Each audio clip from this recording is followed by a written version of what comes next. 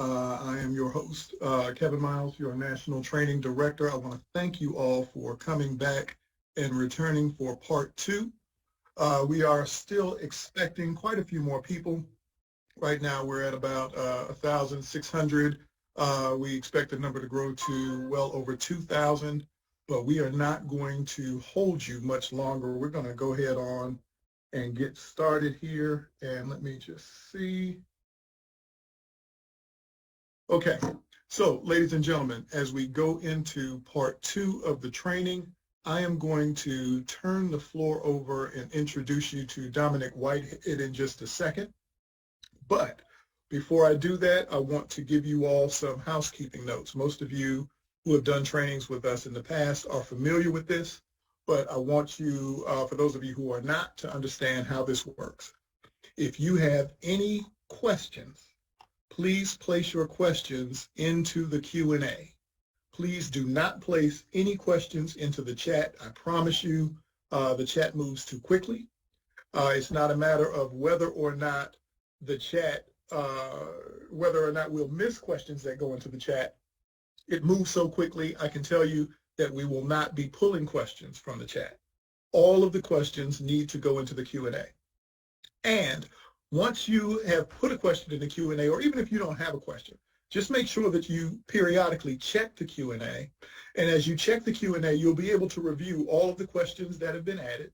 And you can go through and you can vote for the questions that you would most like to hear answered, right? And so when we get to the Q&A section, we're not going to be able to ask all of the questions that go in there, obviously, but we will allow you to prioritize which questions do get asked and answered on screen versus those that don't. So the questions that have the most likes, those are the ones that we are going to address while we are here on screen. Turn my phone off. Okay, so ladies and gentlemen, having said all that, I am now going to open up the floor to Dominic Whitehead, who is going to go ahead and get you guys started tonight as we talk about campaigns at the unit level. Dominic? Thank you for that, Kevin. Good evening, everyone. And first and foremost, congratulations to all of the new officers this evening. We are excited to be a part of this leadership training, the campaigns team. I am going to share my screen really quickly, so give me 1 second. And I ask my colleagues on the campaigns team to come off of a video. All right. Again, this is the Campaigns and Civic Engagement team. And again, congratulations, everyone, on being new officers.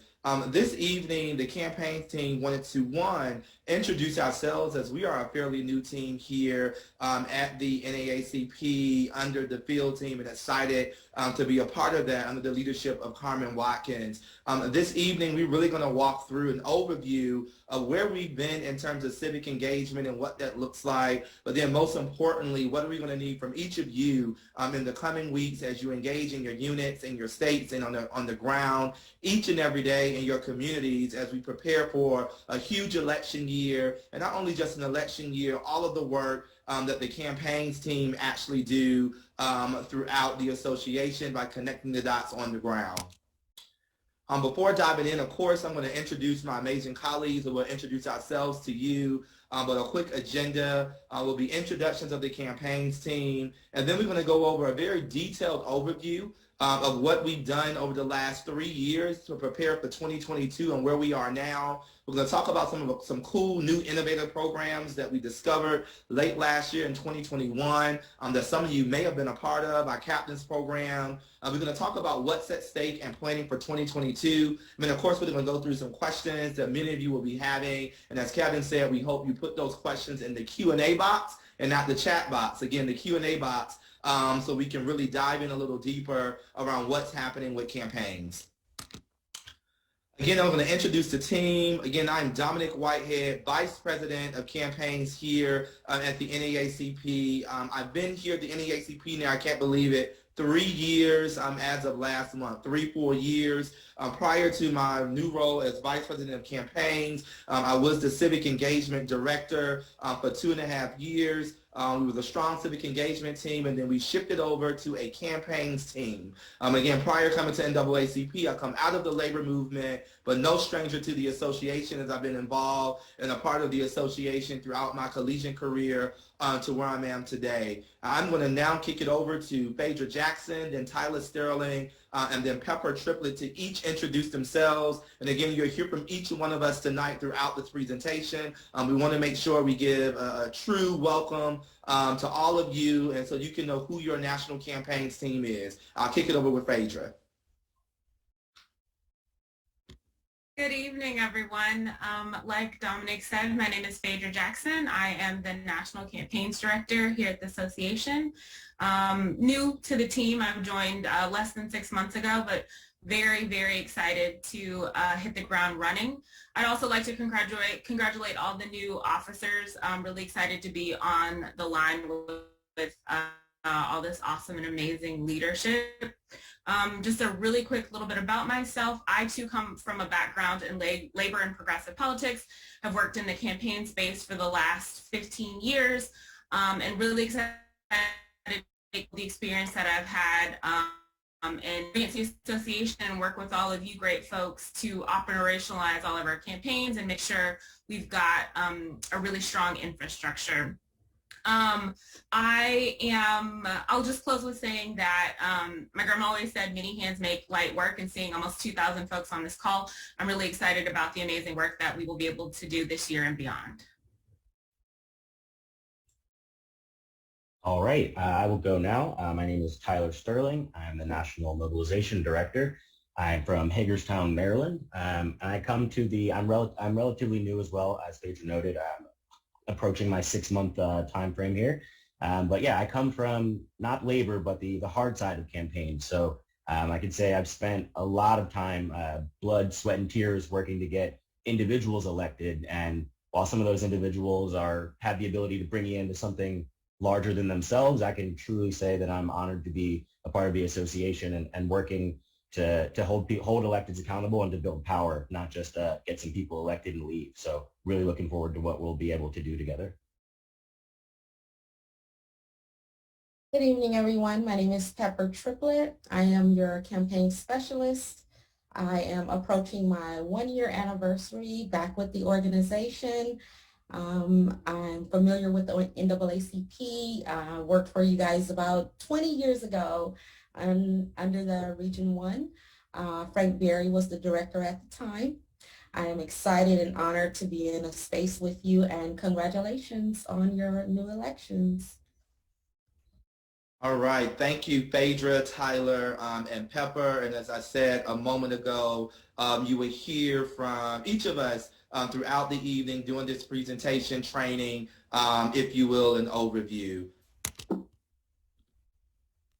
As I said a moment ago, we wanted to really give an overview of campaigns and civic engagement from the last 3 years, starting back in 2018, and really thinking through the work we had to do overall. So over the last 4 years, we have had continuous growth, if you will, in terms of the work that we have been doing in terms of civic engagement work. And when we think about civic engagement work, as Tyler mentioned a moment ago, it's about building power. For us, we know it's about building Black collective power, building Black political power, building Black advocacy power, building Black mobilization power. There's all types of power that we can build. So approaching civic engagement in 2018, 19, of course in 2020, and then 2021 for the Georgia runoff elections, and then 2021 again in Virginia. Over the last 4 years, we have engaged in programs across a numerous of states, Florida, Georgia, Michigan, North Carolina, Ohio, Pennsylvania,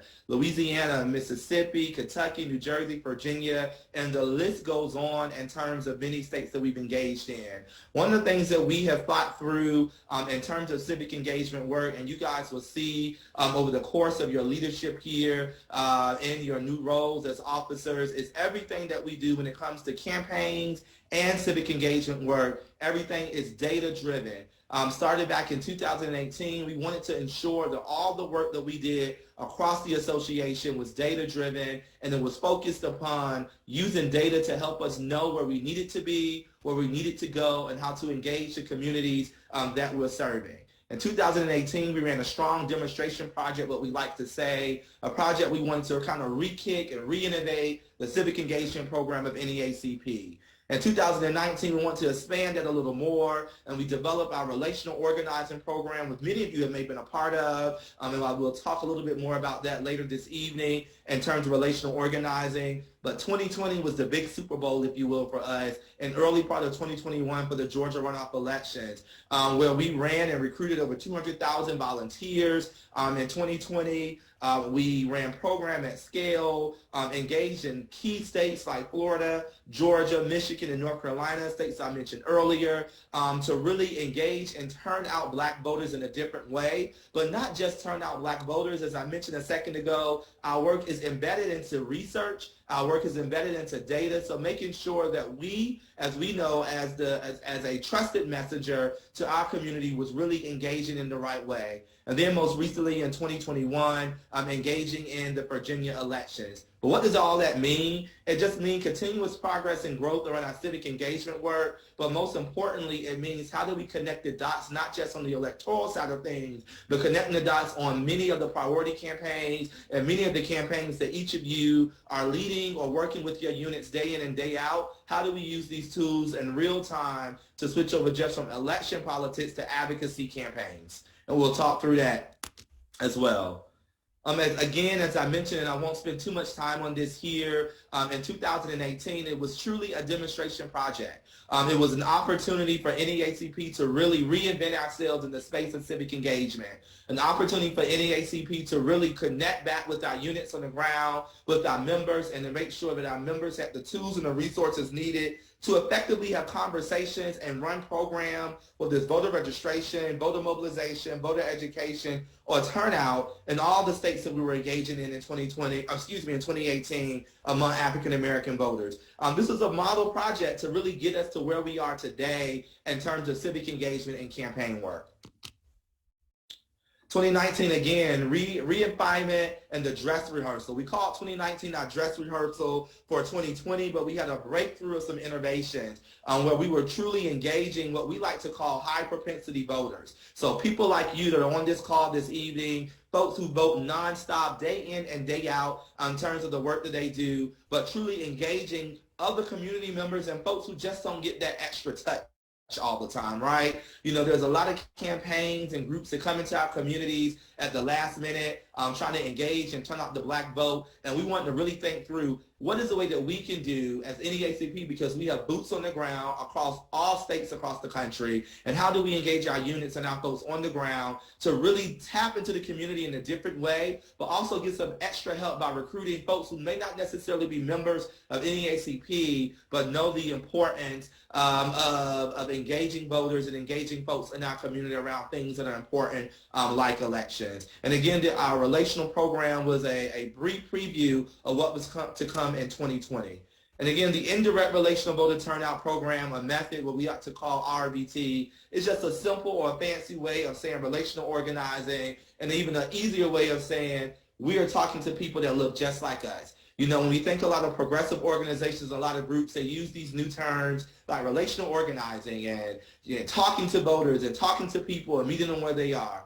But we've been doing that in the type of work that we do in the Black community. We do it every day on our jobs. We do it at church. We do it at barbershops and beauty salons. We do it in neighborhoods. We do it in our community. To do it with our family members and friends. We do it at football games. We do it at homecomings. We have conversations and kitchen table conversations nonstop. But what we wanted to do is figure out how do we really come up with a way and a creative way to make sure that we expanded those conversations with neighbors talking to neighbors, friends talking to friends. So thank you getting, and we'll walk through this a little bit more, but thanking you getting a list of names of folks in your community, and you're literally having a conversation directly with them about the importance of voting, and you're able to track them on how they're going to vote, when they're going to vote, and engaging them on issues that matter to them. That's really what our relational organizing program was. And what was so key and so amazing about our program and the work that all of our units and members and volunteers did, as I mentioned a second ago, We recruited over 200,000 volunteers in 2020 and another 16,000 volunteers in 2021. It was the trust and credibility of the association, the trust and credibility of NAACP as the messenger. We was a trusted messenger. So if you were canvassing, making phone calls, sending text messages on behalf of NAACP as a volunteer or a relational organizer, it was because you were a trusted messenger. And so folks are more receptive to having a conversation with you about voting or about any of the work that we do around engagement. Again, this is more information around our relational organizing. It is NAACP members and high propensity Black voters engaging our GOTV or get out to vote targets and low propensity voters. 2020, our big year in terms of what we did, and much of that we have to replicate again in 2022 with all the odds against us, clearly with voting rights and et cetera that are happening across states across the country and at the federal level. In 2020, and much of what we will do this year in 2022, we did a 50-state analysis, and we wanted to see what made the most sense in terms of what we wanted to do. And so we looked at targeted in key states. And I say this word lightly, targeted in key states. Every state is important. Every vote is important. But as I mentioned at the top of the call and the top of the presentation a few moments ago, we know there are a few states that we're engaging in that we have to look at a little differently because of the Black voter turnout that we need in those states. So your states like Florida and Georgia, Michigan, North Carolina, Pennsylvania, Wisconsin, South Carolina, Virginia, Ohio, Texas, and others where we know there was competitive races in 2020 up and down the ballot, not just at the top of the ticket, but really engaging folks down ballot around issues and local issues that matter to them. We knew we had to look at these elections in a different way, and we're going to continue to look at that as we think through how do we approach work in our states, but most importantly, equipping our units, our state conferences, and our leaders on the ground with the right data. Right? The right data to use to go after voters, the right data to use to do voter registration in an effective and efficient way around the work we're doing, and then the data that we need for the campaigns that each of you are doing day in and day out. All of this data is important on how we approach this, and we want to continue to be a data and research-driven organization to ensure we're maximizing resources, but most importantly, making sure we're having an effective program and volunteers on the ground are getting what they need. So again, I mentioned a second ago around our relational organizing program and that we ran. 2020 recruited over 200,000 volunteers. We could not have done that without the units on the ground. We could not have done that without our members. We could not have done that without partners. We recruited over 200,000 volunteers in a span of July to October. We did that through recruited volunteers through mail, through SMS. Some of you may have been a part of our texting program. And we thank you for that by texting folks to be a part of our volunteer, our phone banking program, and other initiatives and ways that we focused in on. But then in October, every single volunteer that we recruited, so all 200,000 volunteers that we recruited, received a list of 10 to 20 Black voters to encourage to vote.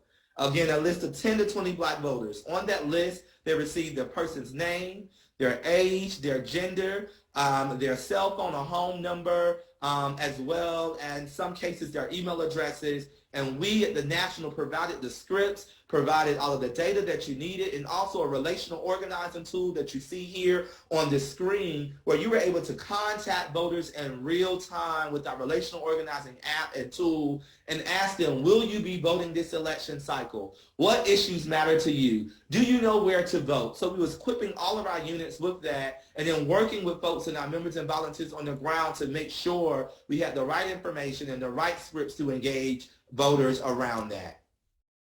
Just some quick highlights. I won't go into heavy detail because we are heavily focusing on 2022 these days and next steps. But again, recruited over 200,000 volunteers and across our priority states who was focusing in on, made live phone calls to NAACP members, robocall to NAACP members and high propensity voters, recordings with Danny Glover, Shirley Sherrod, and others around some of the work we were doing. We're in a no-contact canvas program in key states, but most importantly, a big piece right here, a virtual volunteer training with more than 18,000 volunteers. We did a training like that in 2020. We did it again in 2021 as well. We had about 7,000 or 8,000, but in 2020, we had over 18,000 volunteers that joined our training in terms of how to get folks engaged, how to run program on the ground, and think through relational organizing. And we're going to talk through, and I think Phaedra is going to lift this up a little later during her portion of the presentation, but we're going to talk through this shortly and really engage and dive in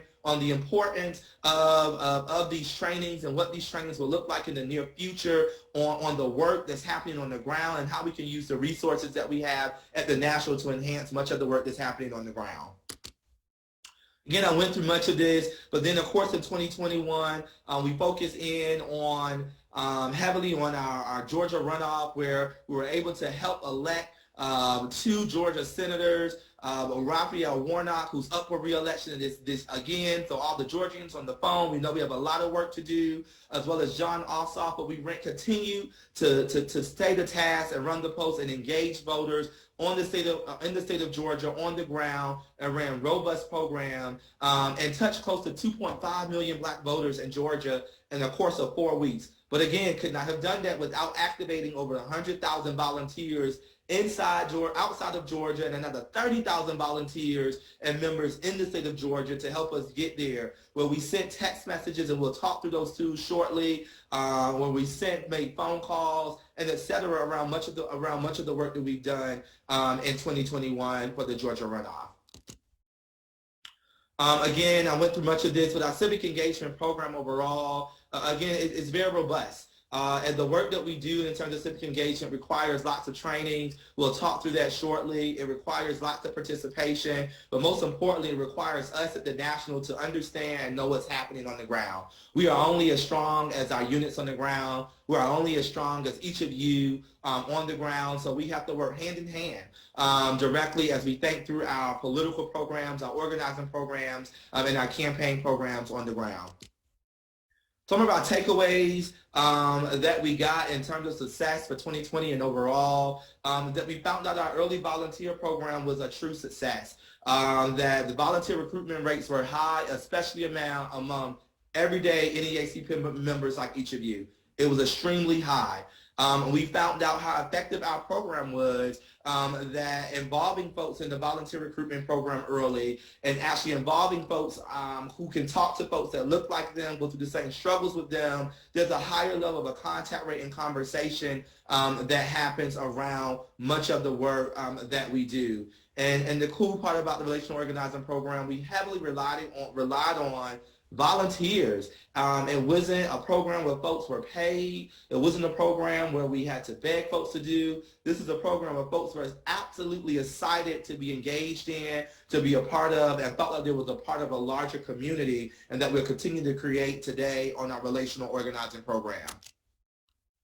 I'll quickly go through 2021 efforts, and then I'll stop talking so you guys can hear from a few other folks on our team, Phaedra, Tyler, and Pepper, on a lot of the work that's coming up and some of the new innovative programs that we're going to need each of your help with through. Again, in 2021, we heavily focused and we wanted to really revamp our program, and so we looked at Virginia in 2021. And we thought through, what is a good way to enhance our programs over the year that we ran in 2020. So we targeted over 675,000 Black voters across the state of Virginia and really engaged them. About 35,000 of those folks that we were targeting and engaging were NAACP members, current and former. About 210,000 were not NAACP members, and another 430,000 are what we call those hard voters to touch, those moderate and low propensity voters that we were touching. That's a lot of Black folks that we were wanting to touch in coordination with the Virginia NAACP State Conference. Again, I'll quickly go through some of this. We recruited over 16,000 volunteers in the state of Virginia in 2021, but really had a really robust program given all the lessons learned from 2020, 2019, and 2018.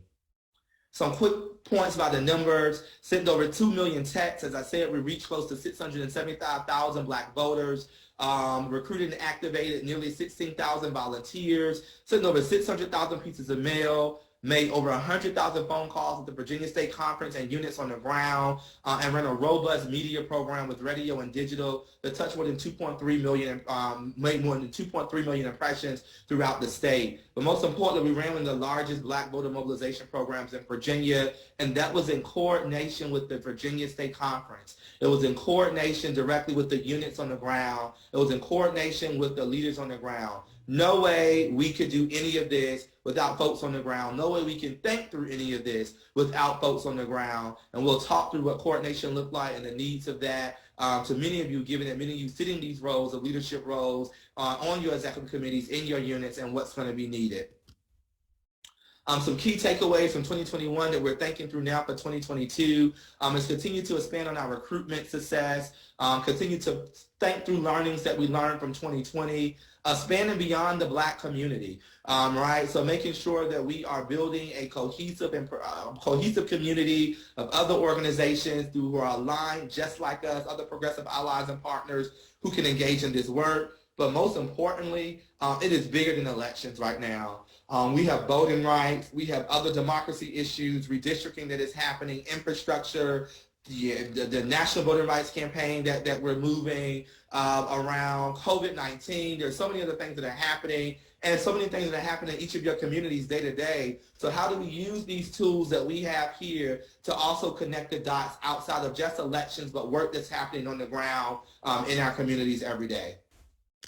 So I'll stop here, and I'm going to kick it over to both of my colleagues, Tyler Sterling, who you guys met earlier, our National Mobilization Director, and Pepper Triplett, who are our National Campaign Specialists. But they're both going to walk through a new innovative program that our field team is going to be adopting, and we're thinking through how we're going to roll this out.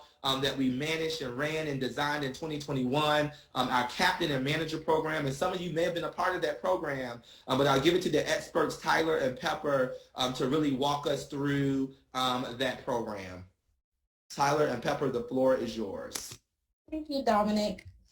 What the Captains Program is, it's a program where our captains would reach out to the 16,000 volunteers who signed up to call voters on their list. You have to think of the captains as managers or supervisors in a business. I'm particularly excited about this program because I had the pleasure of leaning in with the Youth and College Division along with my colleague Tyler Sterling to build out this program and really see it through. We recruited over 120 mobilization captains and identified 3 managers to oversee those captains. We made 12,000 phone calls to register voters in Virginia during the general election. We hosted 6 power hour sessions between the 2 pass-through rounds. The power hours were a place for the captains and the mobilization managers to join each other and kind of root each other along to encourage us to make those phone calls, to reach out to those volunteers. Our outcomes from this program was to ensure volunteers were connecting with the voters on their list to make sure they were able to access the list and then send them that list if they did not receive it via email, text, or snail mail. We mobilized low propensity voters to register at the polls by general election through relational organizing.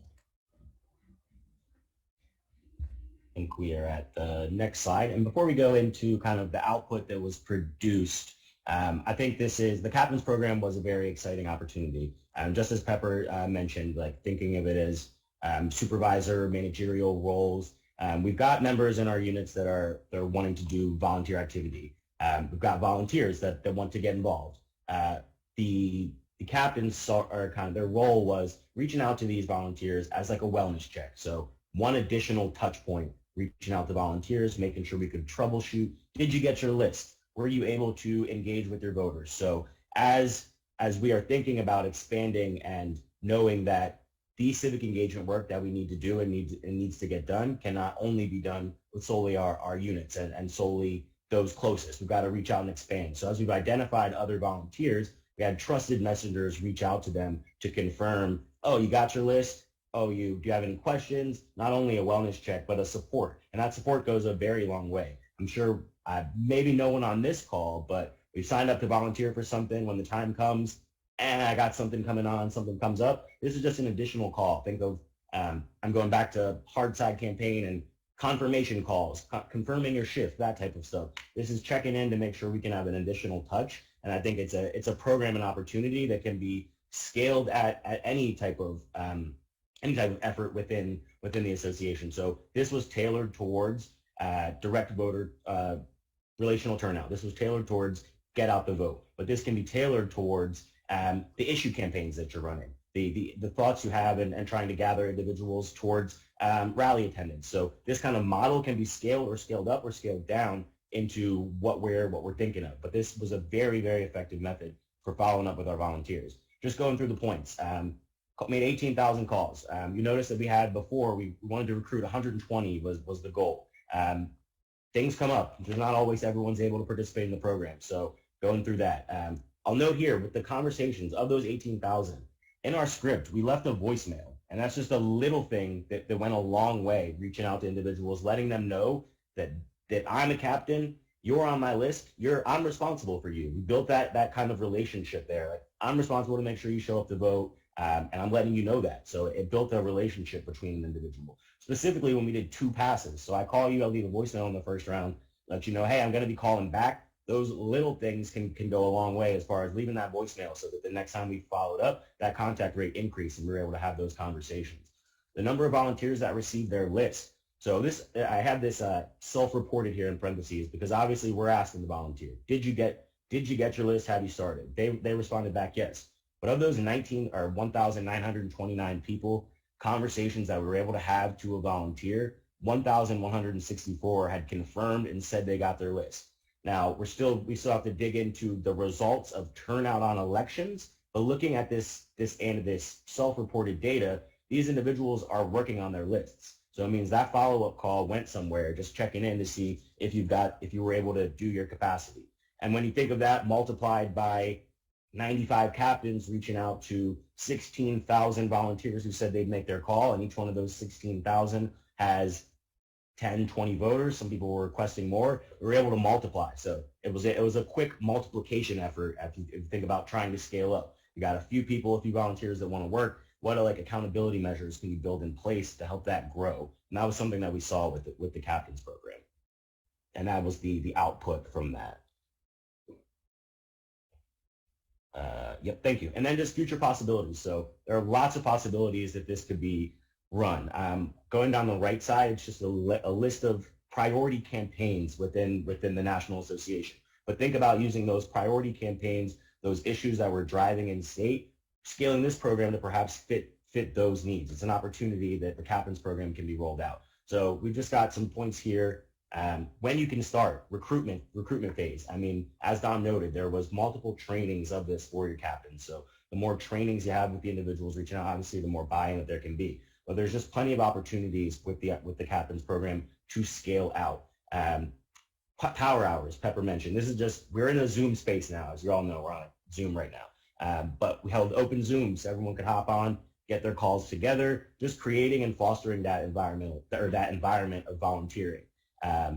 I know plenty of volunteers, or have come across plenty of volunteers on my hard side, my campaigning days, and people are like, yeah, it's a general election. I'm going to go with the candidate that mostly aligns with my issues. I just want to get involved.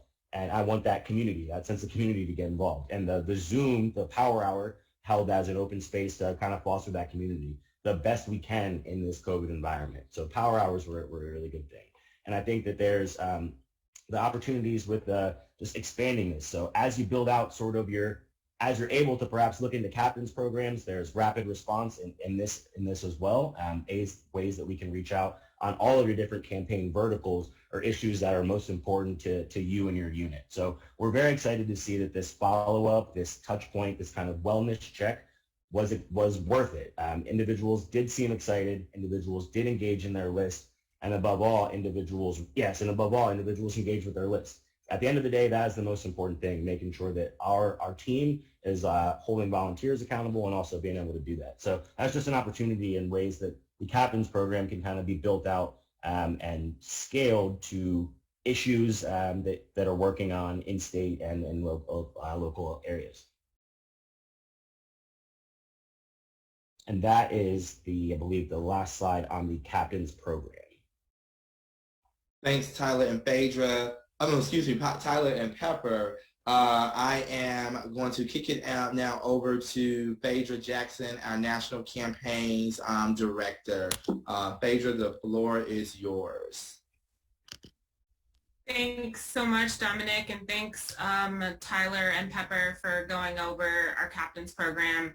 I think, we're really excited about just the innovative opportunities that we've had over the past few cycles. And I would say that the Captain's Program is one of the most innovative programs we've had. And I think we're excited to hopefully scale that in 2020, 2022 and 2024. So, I see people in the questions asking, like, what does it mean? We still lost in Virginia. I think even with losses, the win is to learn, what programs work, how to strengthen. And I think we've got a lot of lessons learned about what a captain's program might look like at scale in another election year. And so I'm going to dig into,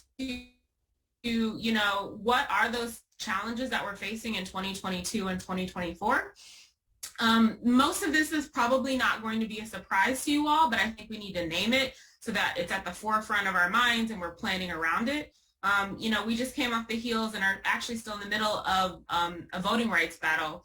And we've got new laws emerging, quite frankly, daily in state legislatures. We've got new restrictions. And so, what does that look like as we're, registering voters, as we're planning to get out the vote, as we are motivating folks to vote?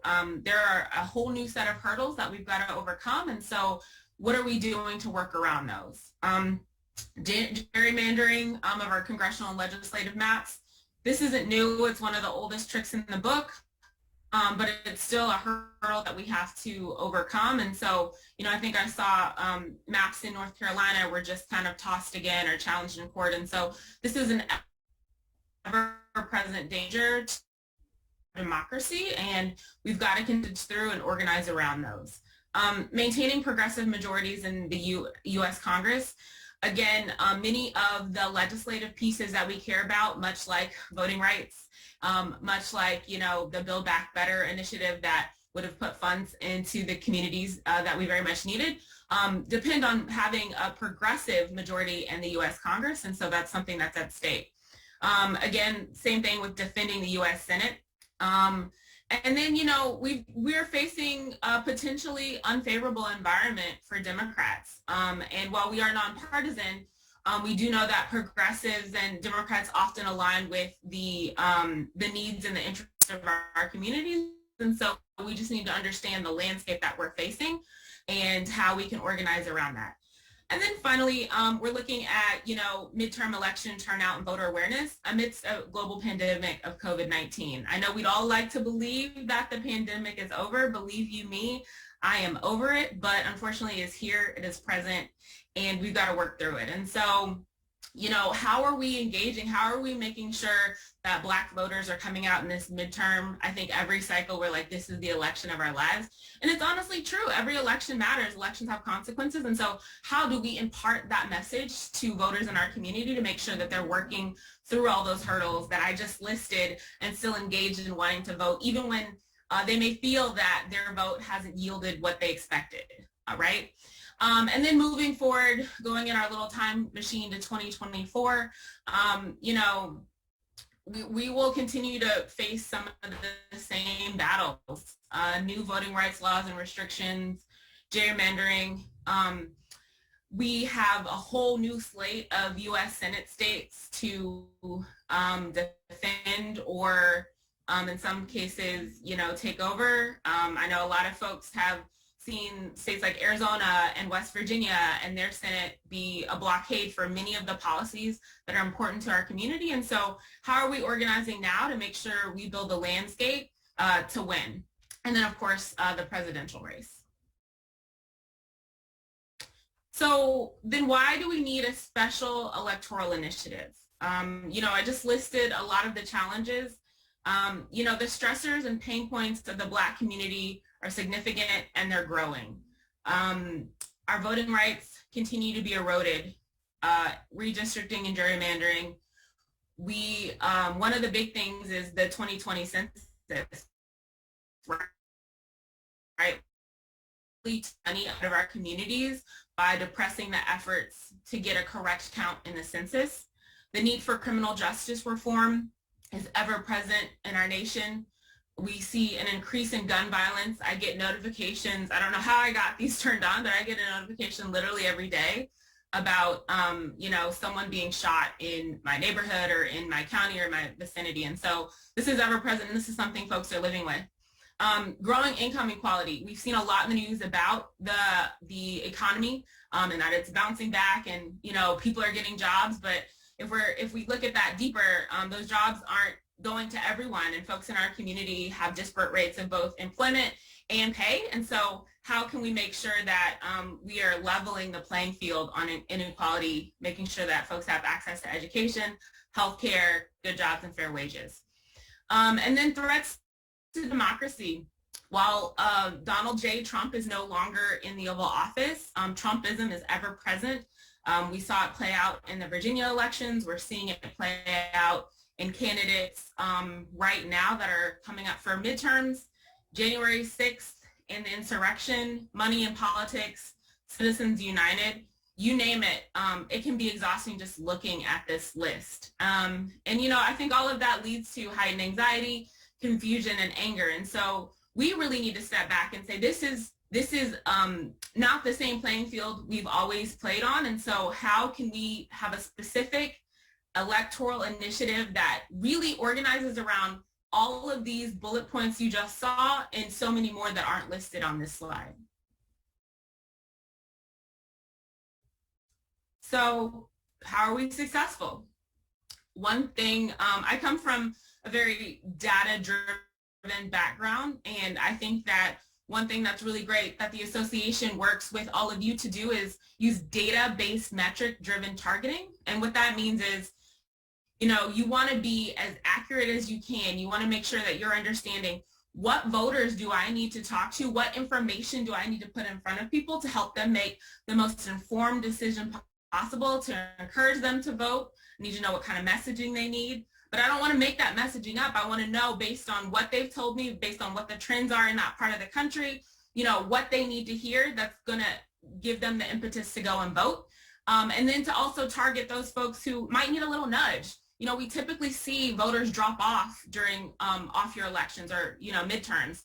And so what do we need to do to find those voters who might skip this election but come back in 2024 and who voted in 2020? How do we target those folks and make sure that they get out to vote? We want to emphasize relational voter turnout, organizing, and indirect. Dawn went over that earlier in this presentation for our program, but we want to make sure that we're emphasizing this. How are we growing these initiatives? How are we, sharing this information with you all and letting you really put it to use in your own communities? We want to coalesce and focus the collective voices of the Black community, NAACP members, our churches, our millennials. We want to be intergenerational, right? We want to be interfaith. We want to make sure that we're touching all of the collective voices of the Black community, because we're not a monolith and we need to lift all voices.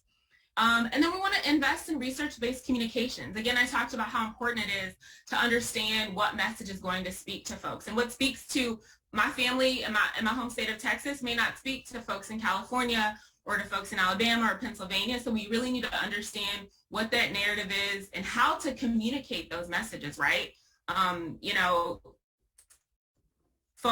Phones, I saw a lot in the Q&A about phones. That may not be the best mode of communication for, folks who are very text driven. But if you want to communicate with my mom who's 80 years old, you should probably pick up the phone and call her, because she might not answer your text speaks. Areas of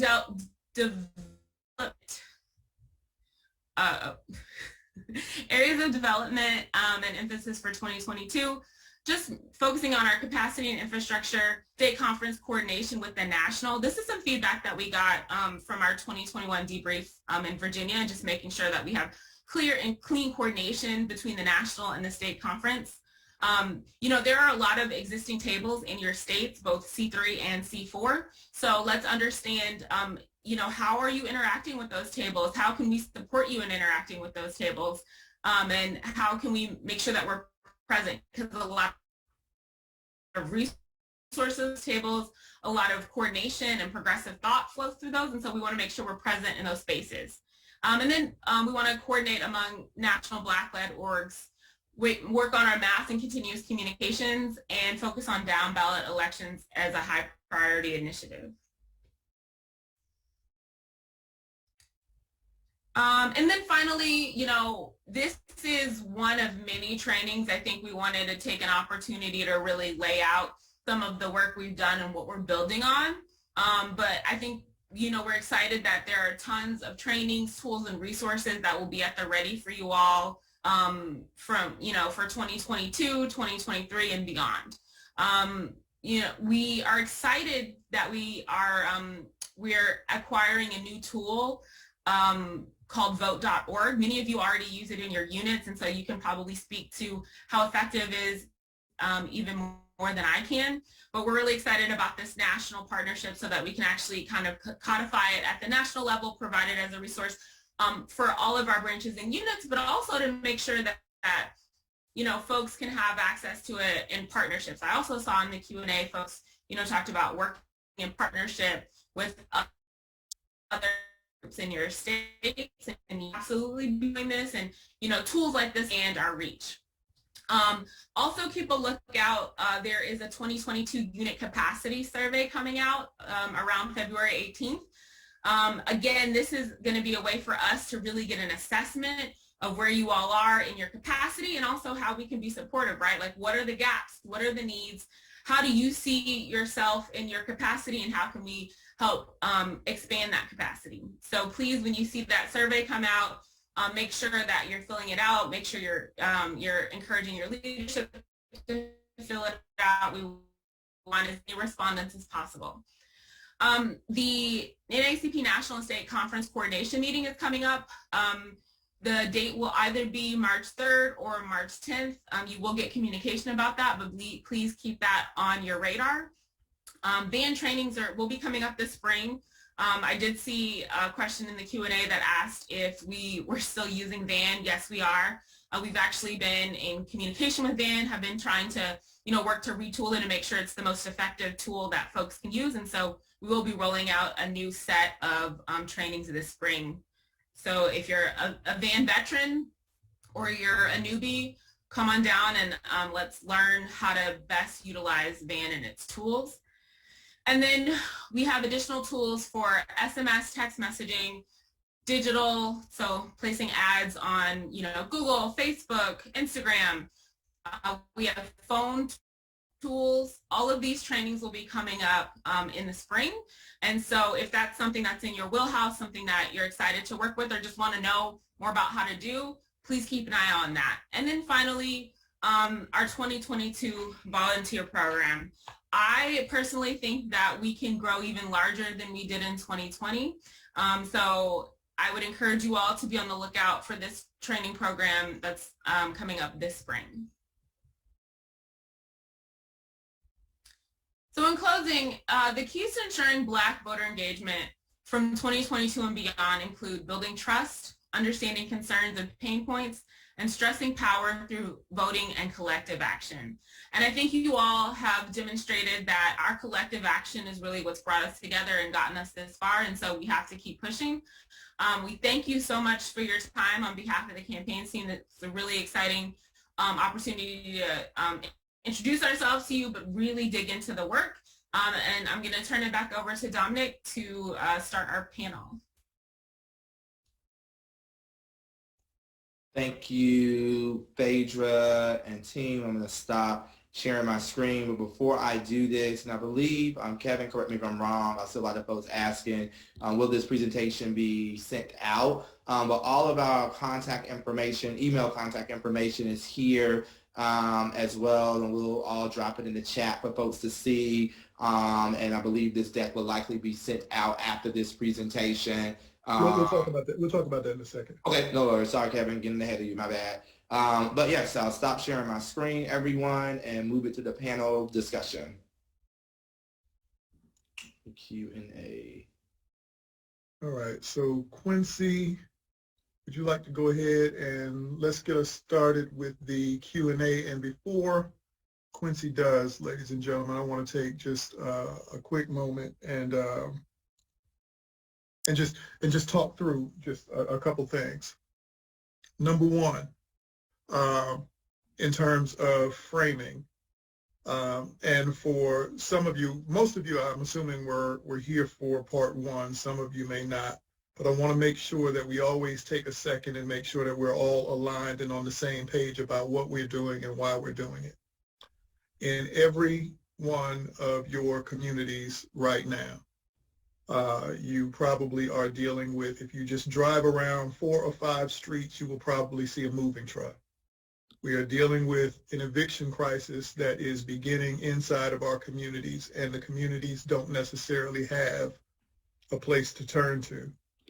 If your school district, if your school board has not erupted yet with people complaining about the phony critical race theory issue and trying to change the curriculum. I saw a story where in Alabama they were saying that Black History Month was critical race theory and they needed to ban Black History Month for that reason. I saw another story where they were saying that a Christian school, they wanted to ban biology classes for the very same reason. If you go anywhere inside of your community, you will see the signs of benign neglect, where your streets are not being paved, where you've got all of those same issues, money which you are paying into the tax rolls somehow doesn't make it back to your community. And if you drive around with a blindfold on, you can probably figure out when you get to the African American community by the condition of the roads, right? You've got all of these issues, and people generally don't have a place to turn outside of you. And the reason why we're doing these type trainings is because it is important that you get the tools that you need so that you know how to actually respond.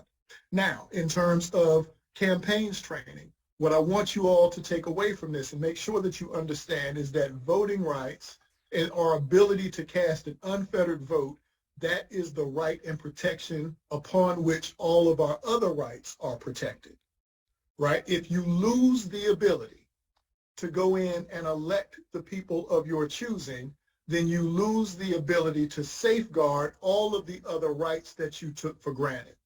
So this campaign team that we have brought on board, these are the people who are going to be working with you directly to really try to help you hone and shape and build those campaigns at the local level to make sure that we can attend to that work, because all of these issues are critical. All of these issues are important. And for those of you who have done trainings with me before, you know I always say I have a problem when people use symptom and disease metaphors, because it makes it seem as though problems are linear, and then there's a right way to start and there's a right thing to focus on. But the problems that beset our community are like an avalanche. It really doesn't matter which rock started moving first. Once they all start to move, each one of them has the potential to do great harm. So we got to get in where we fit in. And in this case, making sure that you are in your legislature, because all roads lead back to the policy. All roads lead back to the legislator. All roads lead back to those elected officials. And I don't care if you're talking about your school board members, your county commissioners, your city council members, your state representatives, your state house members, all roads lead back there. When those folks show up in your school board meeting and they're fighting about critical race theory, what you need to know is that they also have a contingent that's going to your state house and walking in there trying to change the law to make certain pieces of our history illegal to be taught. And if you're going to do anything about it, and I strongly, strongly hope and fervently hope that you will, we have got to absorb all of the tactics and tools that we can from this team and every other team that I bring before you, because I'm going to bring you every single department in the NAACP, one at a time, so you can hear from everybody. And I need you to absorb everything that you can from every single one of them, because somebody got to show up in that room. Somebody's got to sit in that city council meeting. Somebody's got to sit in that school board meeting. Somebody like John Lewis, like I told you, John Lewis used to walk around telling everybody to get in the way, and we thought it was a slogan. No, he was telling you, you're going to have to get in the way. You might actually have to stand in the doorway and do something. So I'm hoping that you will absorb all of this information. We're going to go to the Q&A. I'm going to add some questions myself that I'm going to ask this team to respond to, because I want to make sure that this information is granular enough, because they've got all the big pieces. They can run through all of the campaigns that we have at the national level, but they also have the knowledge and the insight to help you build this stuff out at the local level. And I want to make sure that you get a chance to hear that as well, because when you leave this meeting tonight, I don't need you to leave this meeting saying amen and talking about what you heard, and you know how y'all get. Everybody want to beat me up and ask me for all the PowerPoints. Y'all gonna get them. But I ain't scared of y'all. We ain't there right now. Where we are is when you leave here, I need you to know what to do when you wake up in the morning. So I'm going to ask my very first question. My very first question is to anybody on the campaign team.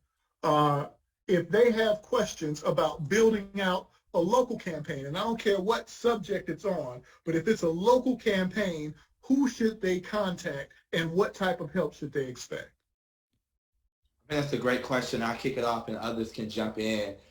First and foremost, if you have questions on building out a local campaign, regardless of any issue, first place you can reach out to is our campaigns email. So campaigns1@neacpnet.org. Pepper or someone, we can write it in the chat. That's the first place that you can reach out directly to us.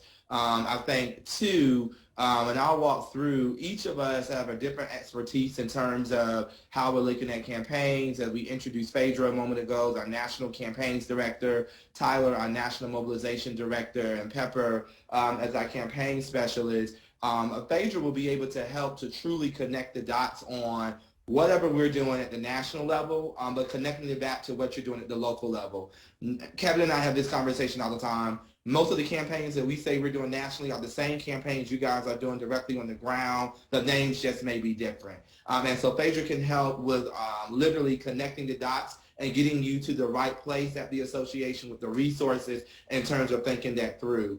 In terms of mobilization, Tyler leads all of our mobilization efforts. So when you're thinking about campaigns and you're thinking about, what tactics we should be using on campaigns, when you're thinking about, what are the things that we need to do to approach the campaign, how do we get community members engaged and involved, how do we get our members, our own members in our units involved around that. Tyler can help think through and help broaden our horizon on the mobilization tactics and the tools and the resources that we have that you can use day in and day out on the ground to really expand that campaign. So you have a full team here directly who can really think deeply around each of the campaigns. Another piece I'll lift up, and I'll let some of my other team members jump in, everything we do is research-based. So Kevin asked, what's some of the help you can get from us? One, we're going to make sure that it was an education campaign, for instance. We're going to connect you directly with Dr. Ivor Tosin, who leads our education and innovation work, and see what research is out there around the campaign you're doing or focusing in on or the initiative that's happening.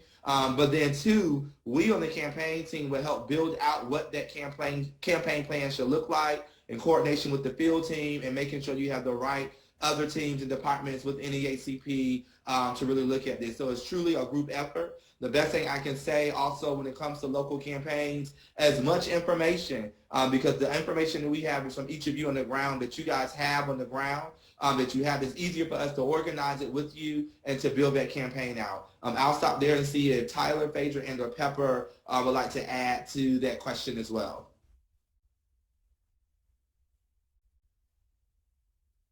Yeah, I'll follow up just on the mobilizations and kind of what's provided. I'm looking at this through my lens of mobilization. So you reach out on a local level.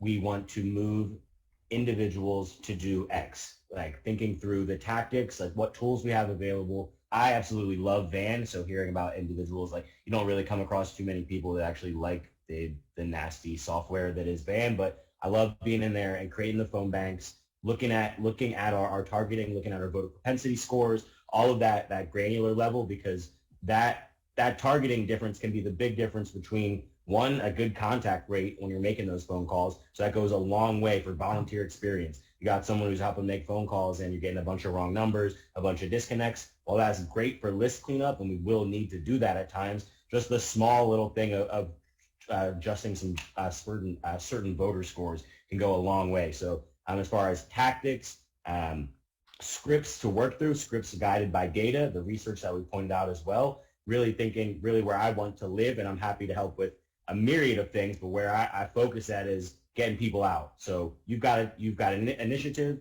you have a something that individuals need to move to. Think of the tactics and resources that we have: email campaigns, SMS, if possible, SMS, phone calls. Really, how we mobilize and get from the data, the targeting, to having them show up. That's really where I focus at, and look forward to helping. And ladies and gentlemen, I want to throw something in. I don't know, Phaedra or Pepper, if you guys want to join in also, but I just wanted to say this really quickly.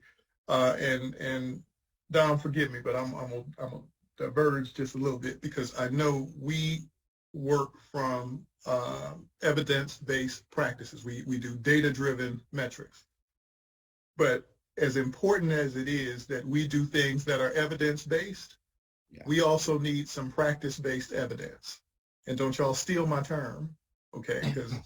Because y'all know where y'all heard it from.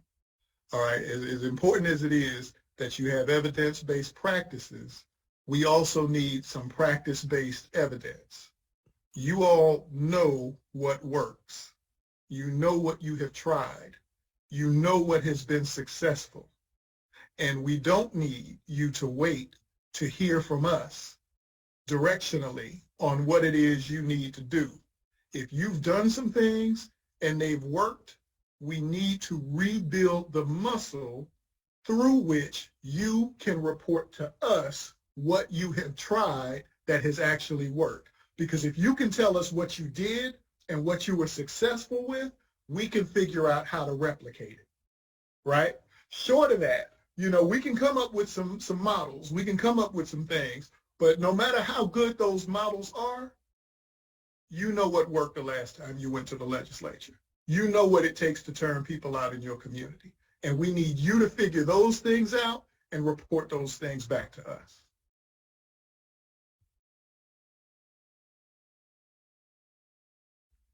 All right, so I'll take our first question. Oh, okay. Q, go ahead. Okay, great. So I'll start with our first question. It's coming from Miss Susan Leonard. Ms. Leonard, I've promoted you to a panelist. If I call your name to ask your question out loud, you will be promoted to join us on the panelist side. You'll be able to ask your question out loud, so please be prepared. Again, our first question is from Ms. Susan Leonard. Ms. Leonard, you have the floor. Sorry. Ms. Leonard, sorry, I'm not sure which one it is. Hi. I had a couple of questions, so I'm not sure which one you're asking, but one of the questions was, how do we navigate staying nonpartisan and yet, promoting candidates that have the values of the NAACP, racial justice values? Yeah, I'll jump in on that. I mean, I think a saying that's very popular at the association is we're nonpartisan, but we're not blind.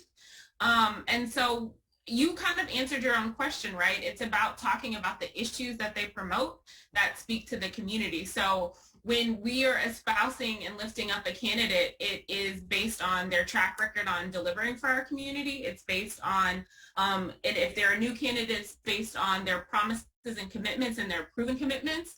And so let's just make sure that we're grounding whatever we're doing in the actual issues that are most important to our communities. And again, we don't endorse candidates, but if we're going to say go and vote and we're going to espouse that, we're going to talk about the issues that are most important to the folks as they're making their decision to vote. Thank you. And Ms. Leonard, let me also say, and this is for all of you, particularly as we get into the midterm season, if you invite a candidate to come and speak to your unit, you need to invite all of the candidates in that particular race. Now, I got a question literally today from somebody who said that they'd invited somebody to be a speaker at an event, and they actually wanted to pay this person an honorarium. However, the person was a member of their legislature. So I asked them the question, is the person running for re-election? And they said, well, I don't know. Well, can you make an argument Can you thread a legal argument as to why that could possibly be okay? Yes, you could, but if you've got to devote more than 30 seconds of brain power to try to figure out how to make sure that it appears legal, then don't do it, right? Do not give donations to candidates who are running for office.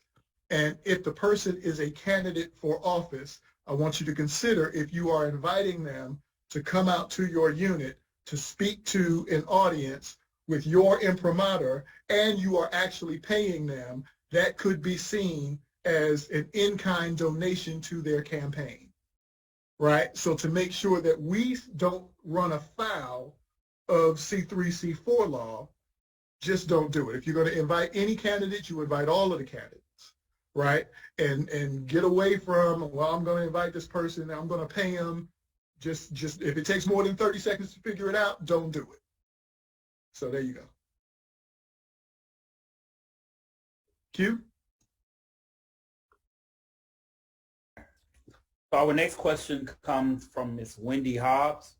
Ms. Hobbs, I've promoted you to panelist.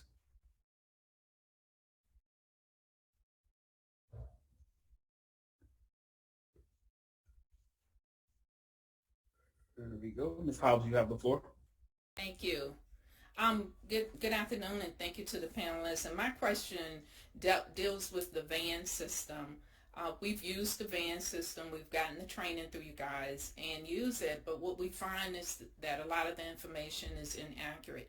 So my question is, how often is that system updated? Because we spend a lot of resources using it to find accurate. That's a great question. And so I think to answer how often is it updated, we're in the process of updating it currently and inputting new data. So there's data acquisition, data needs to be bought, and to change some of those numbers out. By the time the VAN training series are rolled out, should be some updates as far as data within your states. So to answer that, by the time the new training series is rolled out, we can look for some updates, but we tend to update that kind of on like a yearly or an election basis. So the data is expensive data to purchase cell phone numbers and individuals' contact information, but then do that on kind of an electoral basis. So long and short, data will be updated prior to the new kind of VAN training series rollout, but the long, it takes a while to upload and get all that data in there. Okay, thank you. And and I'll add one more piece to that. I think that's exactly right, Tyler. One other piece that we're also doing, as Tyler mentioned, we're in the process of beginning to purchase new data nonstop. I don't want to get too far in the weeds of that, but when we begin to purchase new data nonstop, and to Tyler's point, hopefully that will be rolled out in the next few months when we begin our VAN trainings. That new data will be in there more frequent than the yearly base around that. So as we're thinking through not just election years, but year round and the work that we do in VAN outside of elections, that will be clean data in there. So we are working to fix that so it can be, a good use for everyone's time and talent that's using the VAN system. Thank you. Okay, thank you, Ms. Hobbs. Our next question comes from Mr. Frank Kober. Mr. Kober, you have the floor.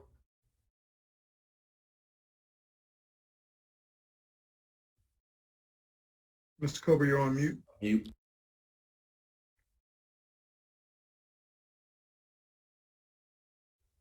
I'm sorry, thank you.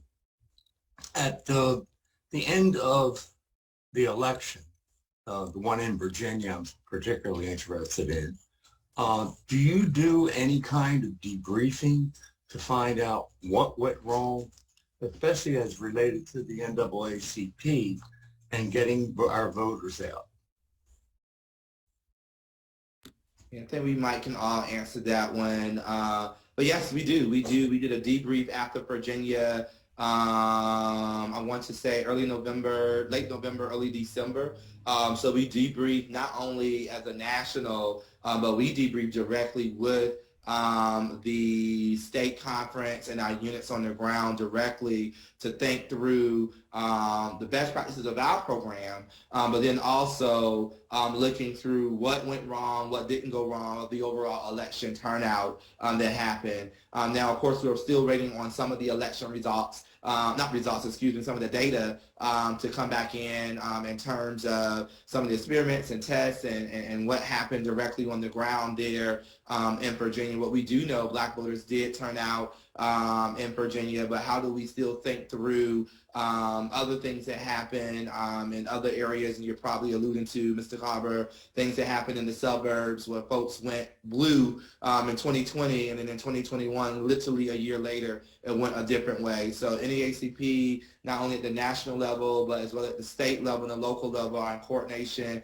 or in conversation with states, with partners on the ground, and communication of thinking through what went wrong or what happened or best practices, what went well. And one of the things we try to do in our program as well, everything that we're running, we try to put tests in place or experiments in place so we can also debrief that back as well. And then we also try to do a big debrief at the end of every election cycle with all of our states that we played a role in, and then kicking off 2022, begin a pre-debrief of what we need to focus in on in other states as well. Others may want to jump in, but we had a big, I think a 2.5 or 3 day debrief, literally on Virginia.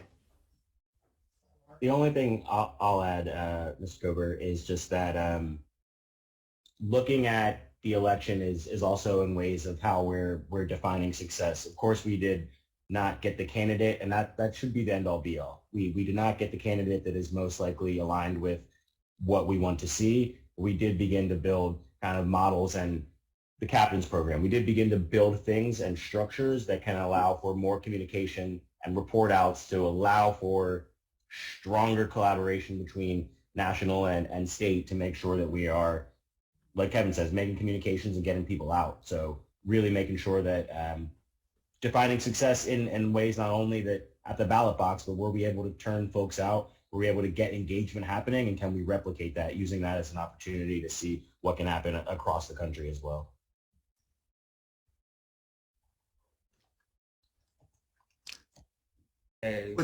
Would this be a way, is there a way, do you think, that you might use a session like this to debrief with, for example, if it's an election in New Jersey, all the New Jersey NAACP officers and the locals, to debrief on that and to find out, well, what went wrong? Because Virginia is a very large state, and there are a lot of different pockets of people with different attitudes and viewpoints. And you might be able to get even more data by having like a lessons learned program where people can discuss what they felt went wrong. No, I think that's right. Yes, I think we can do that. And we have done that, but I think we can do a better job and continue to do that, especially on with states that we ran program, and not even just running program, just hearing back from states, to your point, on lessons learned and what's happened throughout the state and finding that. So I think that is right, and I think we definitely can do more of those. Awesome, thank you.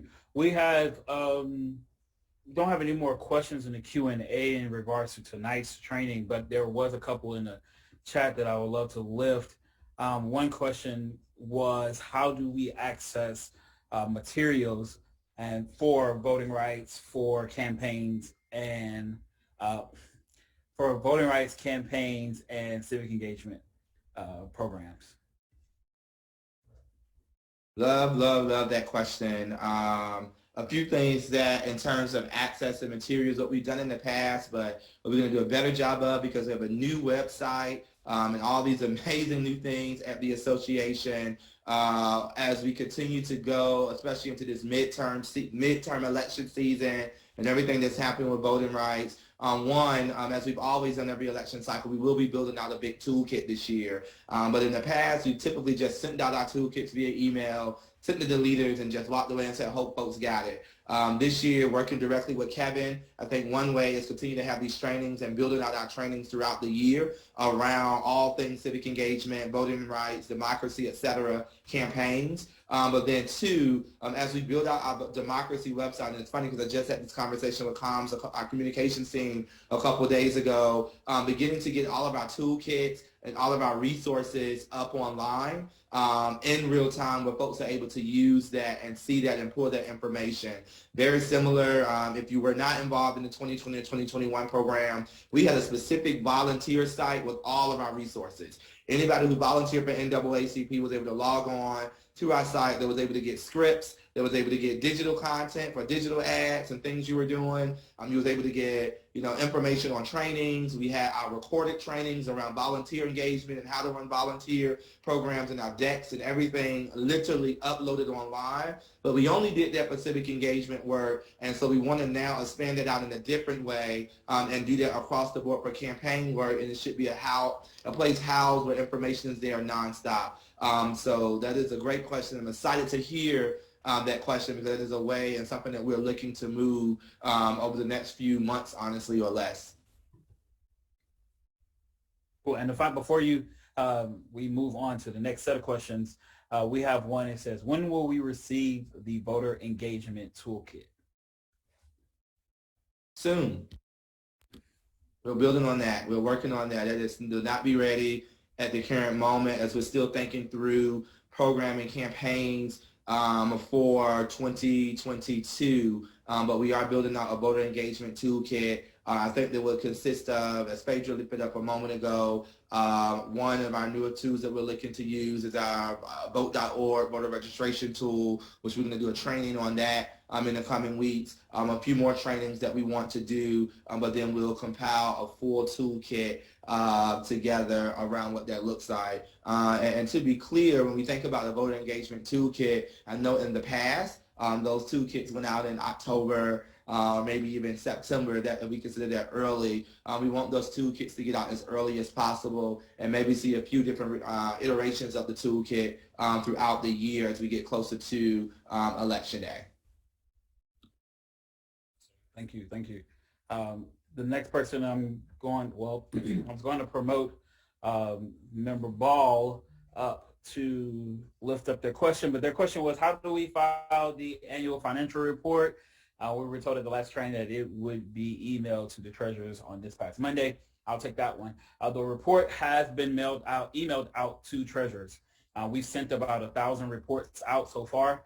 Each unit will be receiving an annual financial report that will be tailored to your unit. So you should receive it by the end of this week. If you do not receive it by the end of this week, you can email me on Monday. If you do not receive the form between today, tomorrow, and over the weekend, email me on Monday, and I'll be sure to get you that form. And that email is cubates@naacpnet.org. We had another question that I will lift to Director Miles. That question is, can units pay committee chairs / members stipends to perform NAACP duties? Can you pay your committee chairs in your volunteer organization to perform duties? The answer is no. And I will tell you specifically why you cannot. There is a line in the bylaws that says that you cannot be a staff member and an officer. If someone is receiving payment from the unit, they are working for the executive committee. You cannot serve on the executive committee and be an employee of the executive committee. So no. And I know that question comes up in a number of units, and y'all know I spent time as a unit president.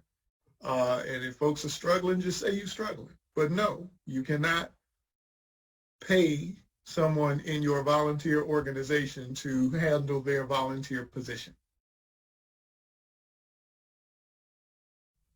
This actually is a question for the campaign team. What is the current pandemic protocol concerning voter engagement? We could take that question. I don't necessarily think it's a campaign team question.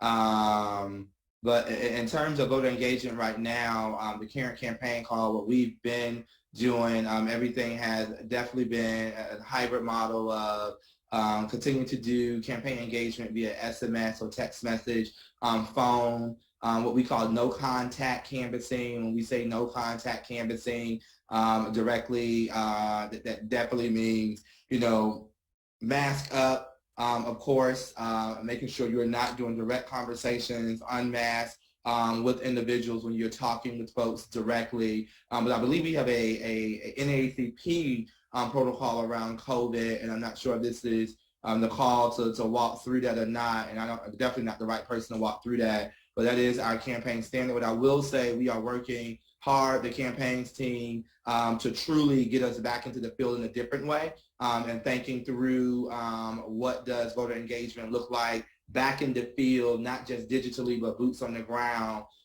in the reality that we're in, and we're hoping to do that this year in a different way. Others could, I don't know if Phaedra or Tyler might want to jump in, but that is currently our current process around that, just following the association's guideline around COVID. We have another question. Can someone explain exactly what VAN is and how do we access it? I can take what VAN is. VAN is the Voter Activation Network. Was started in like 2004 after a bad election for progressives, realizing that we needed a centralized database. Not the Republicans, other entities have elaborate databases where not only you could keep track of voter registration, voter status, but then could reach out to these individuals. So the Voter Activation Network was created, and it's really a database that houses voting records, so history of an individual, but then not only houses voting records, we come up with the data, firms and vendors come up with these, what we call scores, so based on someone's propensity, likelihood to vote, possibility of having a child in the household based on like census data, Bureau of Labor Statistics information. Really, it's a database that gives you individual personalized information on an individual. And then what you can do is create phone banks, create phone lists within VAN. You can create walk lists. So if you're canvassing, you identify your targets and then mobilize from there. So the VAN system is a database that houses information on your voters. You can narrow down by like, I want individuals in X county who have X astrological sign based on their birthday. Like you can really narrow down individually. Obviously, that's not the type of targeting that we're doing. Just want to give an example of the information that's provided on individuals, but it's a database. And what we use from there, we create our lists and then mobilize. So the database houses all the information, but it also has the tools to reach out to those individuals through the phone banking, through door-to-door canvassing, creating walk lists. So I think that's kind of a quick and dirty of what VAN is and how it can be used. And the final question, I just lost it, sorry. Oh, here it goes, that everyone has been asking, how do we gain access to tonight's PowerPoints? All of these, like I said, we are doing, these are the required trainings for the year.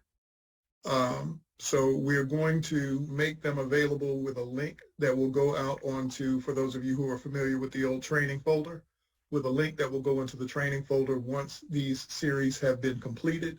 What we don't want to do is just release it and then have everybody say that, you know what, we attended because we looked at the video, and we know that you have the video, but we don't know if you've actually watched it. For those of you who are familiar with me, y'all know, you know, I don't want anybody running around here saying that I trained them unless I trained you. So I want to make sure that, you know, I have your name on a roster showing that you have been through the training and that you didn't just get a link and then you said that you got trained because you got the link. So once we are done with the series, we're going to redo part 1 next week. I'm going to run this probably about 4 times, parts 1 and 2 over and over about 4 times. Then we will make it available to everybody once we've got everyone done. Just so you know, so between parts 1 and 2, this time we got a couple thousand people done. By the time it's all said and done, I anticipate we will have trained about 20 some odd thousand. But until we get there, like I say, I don't want to push the links out early and then have people running around saying, okay, we've been trained. I want to make sure that we can actually quantify who has been through the training by getting everybody's name onto a roster. So you will receive it, but it just bear with us and give us a little bit of time. All right, so having said that, I believe that brings us to the end. I'm going to pass it back to Dominic for closing words, and then Dom, if you will throw it back to me before you're done, I will close us out. Dom? Awesome. Thanks, Kevin. Thank you all this evening. I want to give a shout out again to the amazing campaigns team, Phaedra, Pepper, and Tyler for all you do. But most importantly, to each and every one of you, all of our members, our volunteers on the ground. We cannot do this work without each of you. So thank you all for joining this evening. Again, there were so many questions around ban and trainings and toolkits, etc.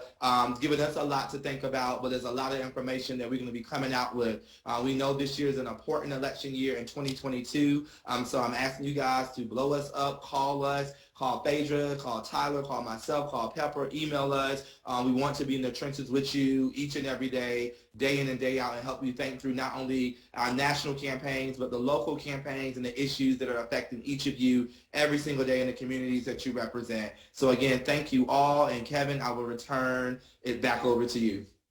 All right, ladies and gentlemen, just so you know, next week we're going to have an intergenerational training that's going to take place on Wednesday. Following that, on Thursday, we're going to have a redo of part 1. I hope to see any of your executive committee members, elected officers, or just concerned branch members who did not attend the first time.